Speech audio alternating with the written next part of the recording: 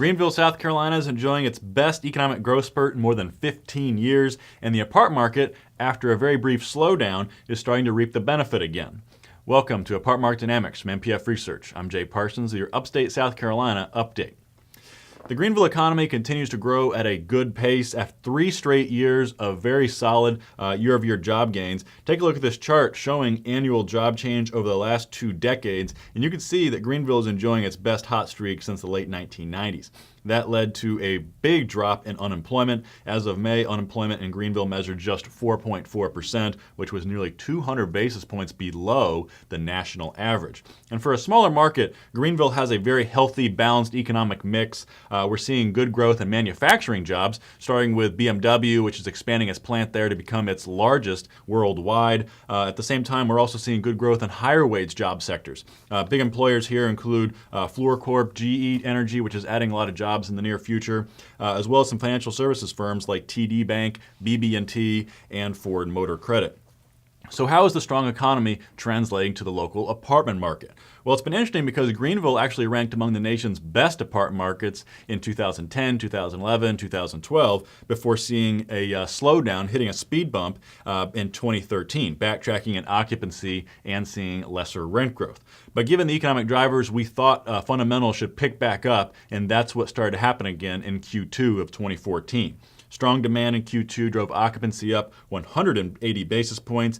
That's up to a rate of 95% even. And we saw strong demand all across the marketplace, all submarkets and all product segments. And now we see occupancy rates around 95% or better all across the metro, except for Spartanburg County, where they're just around 94%. And in older product across the metro predating 1980, those more affordable units are right around 93%. And that demand wave in Q2 corresponded to a big rent bump. Same-store rents for new leases surged 3.7% quarter over quarter. That was one of the largest hikes ever recorded in Greenville, and it put Greenville in a tie with Denver for the 3rd largest hike in Q2 among the nation's core 100 metros. Only Honolulu and San Jose recorded bigger rent increases.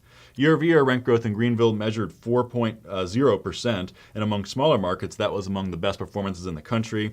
And as you can see from this chart, it's a good pickup over the numbers seen over the last year or so, bringing the market back in line with the performance seen from 2010 to 2012. So what does the future hold? Well, Greenville's economic mix, plus its niche as one of the few smaller markets in the country that's appealing to young, educated adults, should continue to position the market as one of the nation's best tertiary apartment markets across the country. New supply may become a headwind at some point. So far, it's been only a moderate factor. And bearing an oversupply situation, we think Greenville can sustain occupancy in the 94 to 95% range and continue to post annual rent growth around 3% or so on average. And that wraps up for the Greenville market. So until next time, for Apartment Market Dynamics and NPF Research, I'm Jay Parsons. Thank you for watching.